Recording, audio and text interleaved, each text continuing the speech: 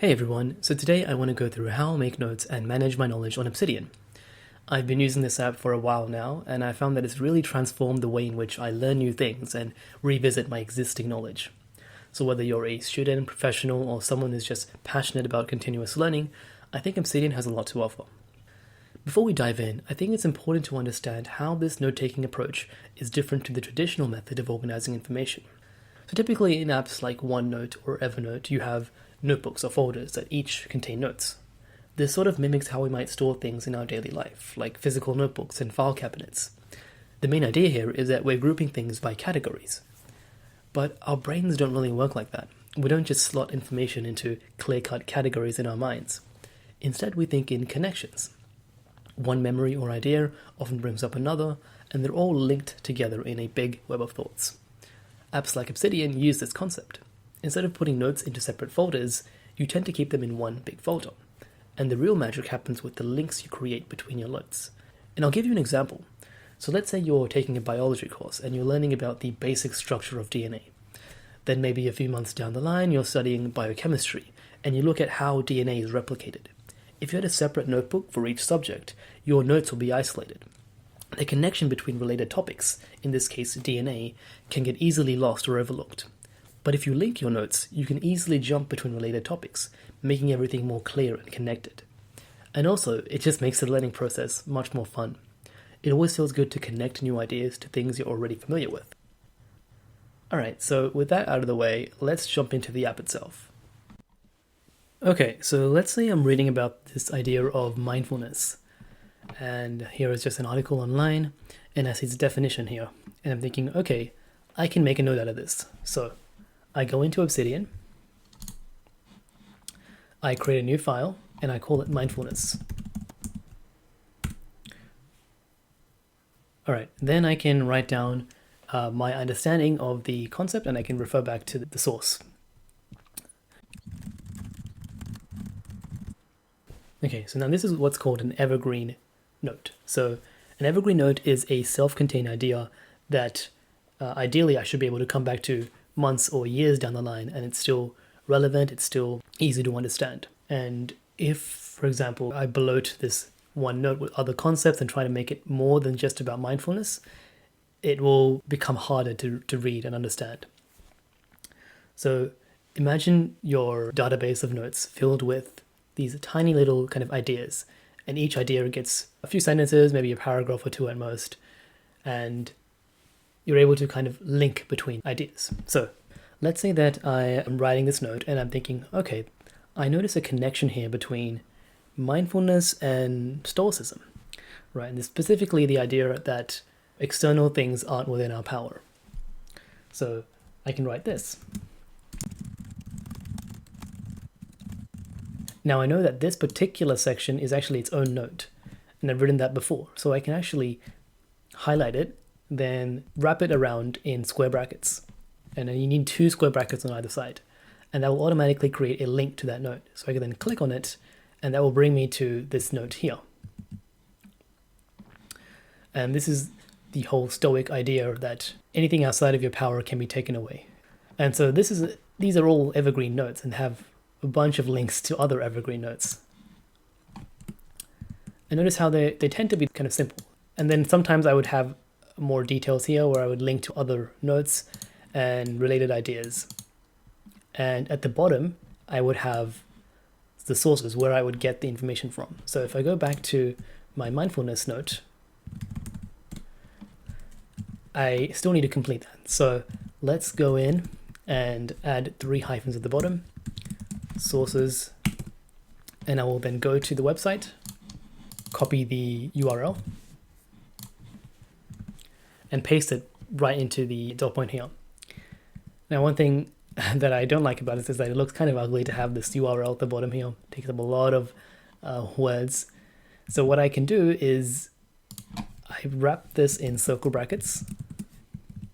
Then in square brackets, I would write kind of a brief name. So I might just give the name of the website, Health Direct. And there we go. It's a much shorter link to the website. And I can still click on it and it will take me there. And it's really useful to always reference where you're getting your information from, because if, for example, you're you're looking at your note a few months later or a few years later and you're thinking, this doesn't sound right, or there's something that's not clicking with you, you can then find out where you got it from and then cross-check with other websites as well. Right, and the last thing to do to complete this evergreen note is to write some properties about the note. So I need to actually tag this as an evergreen note. So write 3 hyphens at the top, write tags, then go evergreen. And then I can also include some other tags. And so I'll type in personal development. So I've created these tags beforehand and I've used them to kind of group together related notes. And this is a bit more flexible than folder hierarchies, because let's say you put a note in a folder. That one note is limited to that parent folder. Whereas this note now can have multiple different tags. So that's the whole idea behind this. And also I just want to tag this as evergreen so I can group together all my evergreen notes if I need to. And these tags can also be useful for the graph view, which I'll talk about later. Alright, so that is my evergreen note, and that is the most common type of note that I write. But sometimes when I'm reading a long form piece of content like a book or a long article online, it can be hard to kind of break down what they're saying into these bite-sized ideas. So in those situations, what I would do is write a source note. People sometimes also call it the literature note. So if I go back to the Stoicism note here, I see that this particular evergreen note came from a source note. So this note is very similar to a traditional note-taking approach, where I'm just writing notes chapter by chapter. I'm not really thinking about breaking it down into simpler ideas. I'm just thinking, okay, this is this chapter. What are the key notes here, right? And it's a little bit less taxing, because sometimes evergreen notes, it's fun to do, it's fun to write, but it does require a bit more mental work, because you're thinking about how to break down these ideas into simpler bits and how you can link ideas. And that can be, that's fun, but it's a bit challenging as well. So this is the middle step between that, where I'm able to kind of understand the content and then it's easier to break it down. So I'll show you an example. Let's say that, I wrote these notes on this chapter on negative visualization.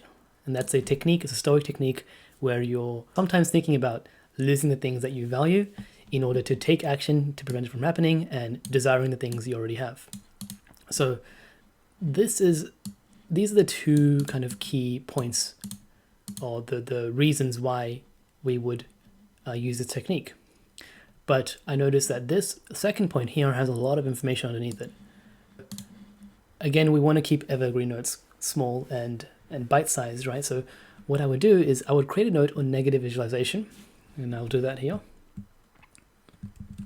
So as you can see, it's fairly concise. And then I have the second point there, desiring the things you already have, as its own evergreen note, right? And this has its own other link as well, hedonic adaptation. And although this particular note came from that chain of thought, this idea of hedonic adaptation is not limited to Stoicism. So in the future, if I'm researching something else and this comes up, I already have a note about this idea. And that idea isn't tied to Stoicism, although I can trace it back to my chain of thought there. And the way I do that usually, like if I'm opening this note up in isolation, is I would go to this local graph view that I have, and I would look at, sorry, this is not the right one. Let me just do that again.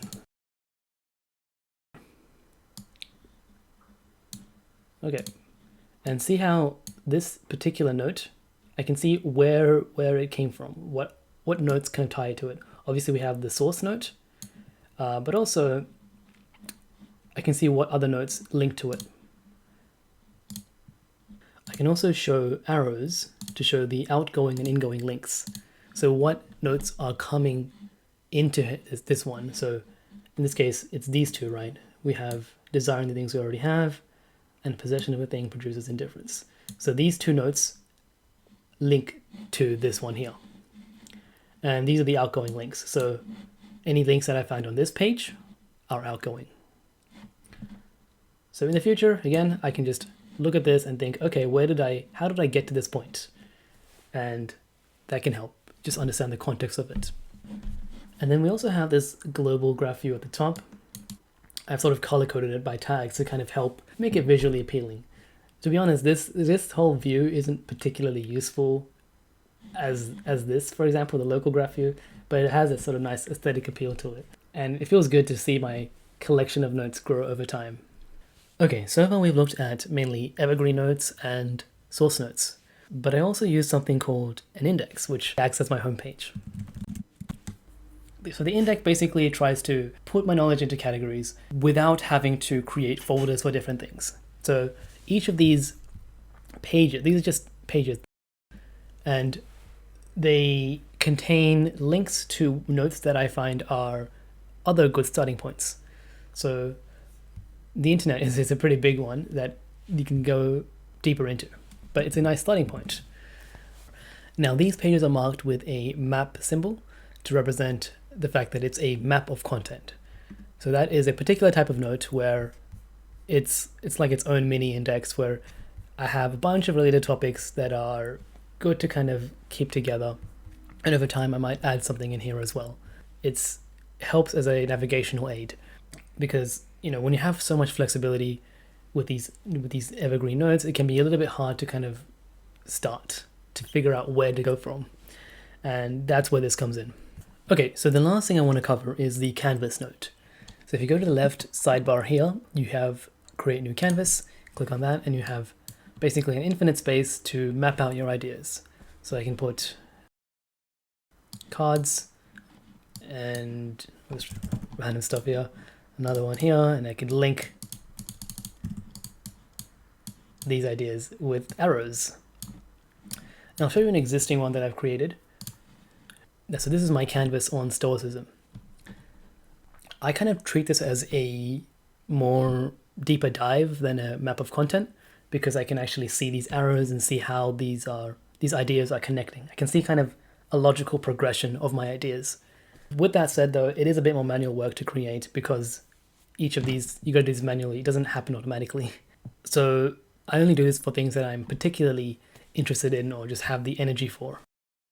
But definitely this could be used as a great tool for revision. Maybe if you're revising for an exam and you have a bunch of different topics, you can use this to kind of map out the main topics and see how they link.